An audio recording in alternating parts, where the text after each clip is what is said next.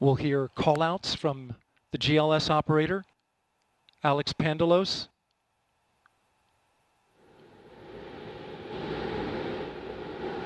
As well as NASA Test Director Jeff Spaulding. GLS is pre-tensioning the umbilicals at this very moment. You can see them as they run down the rocket. That's getting them ready to detach. At liftoff, those arms will swing away. We'll let go of the rocket in a clockwise direction.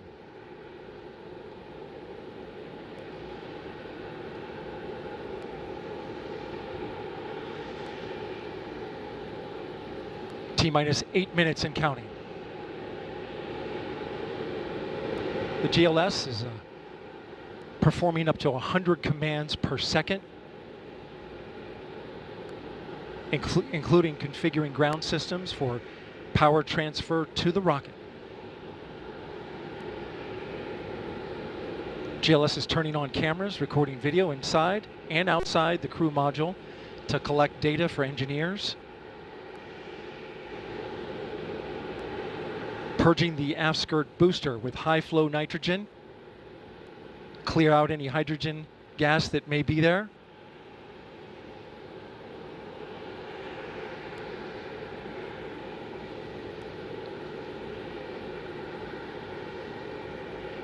You can see the crew access arm is already retracted. When there is crew during Artemis II, it would happen at T-minus 6 minutes. But out of abundance of caution, they went ahead and retracted the arm well ahead of liftoff. Want to point your attention to the base of the mobile launcher. If something wasn't done to reduce the power from the pressure caused by the rocket's ignition and thunderous sound, it could damage the rocket. So the ignition overpressure and sound suppression system will flood the mobile launcher with water. You'll see that sequence start at T-minus 17 seconds. Now coming up in less than 30 seconds, the ground launch sequencer will start bringing the high energy systems online, starting with core stage pressurization.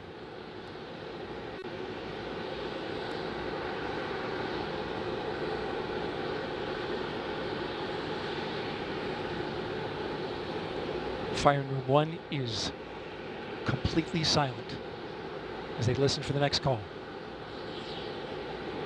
GLS is go for core stage tank pressurization. The core stage tank is now pressurizing to flight levels. The replenish valve to the liquid hydrogen tank now closing.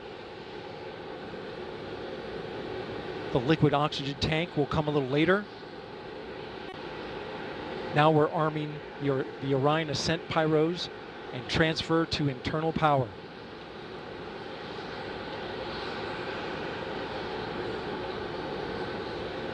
The launch abort system, or LAS jettison motor, is now armed. On this flight, the abort motor is inactive because there is no crew on board. Up next is the flight termination system, or FTS, which gives the Space Force the ability to destruct the rocket if it goes in the wrong direction. Let's listen in for that.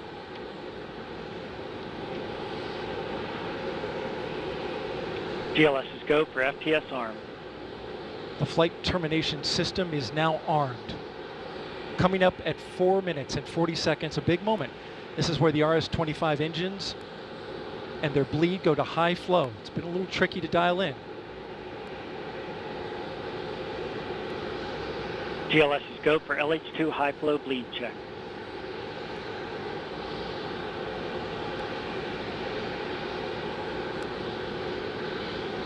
Good word, we've passed that. The cryo team got the LH2 engine bleed pressure loop dialed in. They are now at the right temperature for launch. Countdown continues. T-minus 4 minutes, 15 seconds. Up next, GLS fires up the KPUs. Those are high-speed turbines which provide pressure to hydraulic pumps that steer the RS-25s. Stands for Core Stage Auxiliary Power Unit Start. GLS is go for core stage APU start. That now leads to the thrust vector control test at T-minus 2 minutes and 30 seconds. That can proceed now, and we will see the engines gimbal at the bottom of the core stage.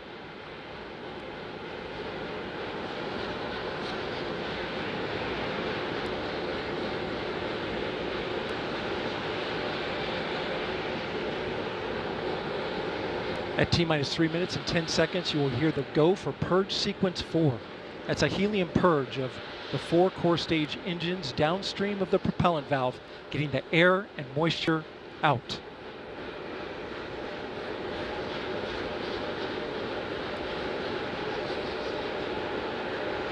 GLS is go for purge sequence 4.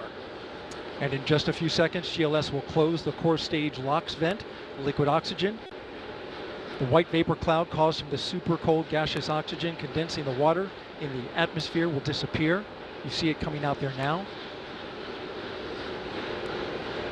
And there it goes, it's closed. LOX vent closed, pressure rising in the core stage LOX tank to flight levels. Coming up in 15 seconds, look for that thrust vector control actuator test. Engines will gimbal.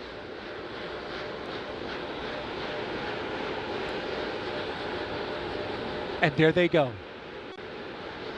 The 4 core stage RS-25 engines gimbaling around, testing the ability to steer the rocket into space. They will operate at 109% performance. Each RS-25 throwing down 500,000 pounds of thrust. All 4, 2 million pounds. Altogether with the boosters, 8.8 million pounds of thrust. GLS is go for upper stage to internal power. Now the upper stage has gone to internal power. So power is removed from the rocket's upper stage, the ICPS, and it's been switched to battery power. The same milestone is coming up for the core stage at T-minus 1 minute and 30 seconds.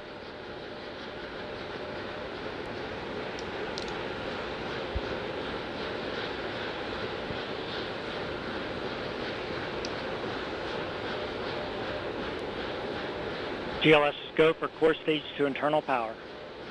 The rocket's core stage, which houses the 3 flight computers, is now on battery power. So there is no more hold time available because there's no more margin on the batteries. So if we have a hold, we'd have to recycle back to T-minus 10 minutes and recharge those batteries. The count continues. A note now, shortly after liftoff. 1 minute. Shortly after liftoff, Mission Control Houston will take control of the rocket, and my colleague, Leah Cheshire, will take over commentary. T-minus 50 seconds and counting. Coming up at T-minus 33 seconds, the GLS will hand off control to the ALS. This is the autonomous launch sequencer. On board the rocket, it will take over command and control of the rocket. But the ALS will check, make sure there's no holds coming from the ground up until T-minus 2 GLS seconds. is go for ALS. And we are go for ALS. The Space Launch System is now counting down to liftoff of Orion on its maiden voyage to the moon. Launch team can no longer recycle the count. Sound suppressor water now flowing 15. under the ML. And here we go. 10. Hydrogen burn-off igniters initiated. 7, 6, 5. Core stage engine start. 3, 2, 1. Boosters in ignition. And liftoff of Artemis I. We rise together back to the moon and beyond.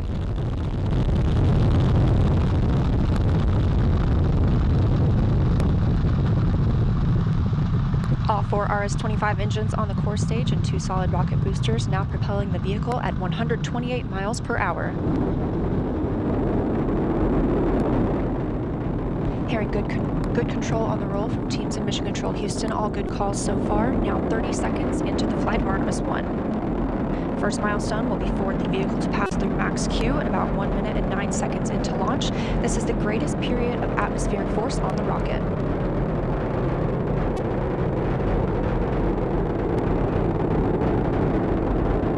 SLS now traveling 607 miles per hour.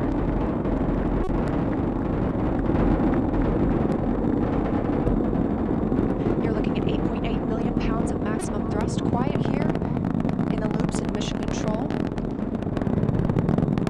The 4 core stage engines throttling down ahead of passing through max Q.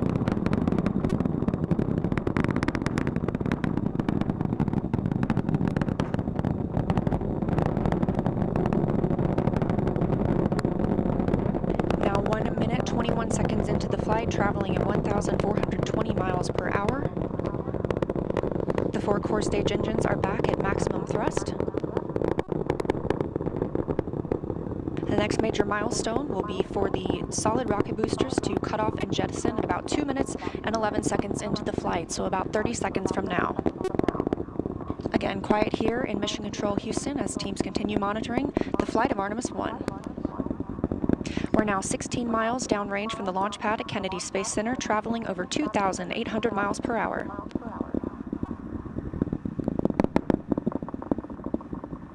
Standing by for solid rocket booster jettison and shortly thereafter.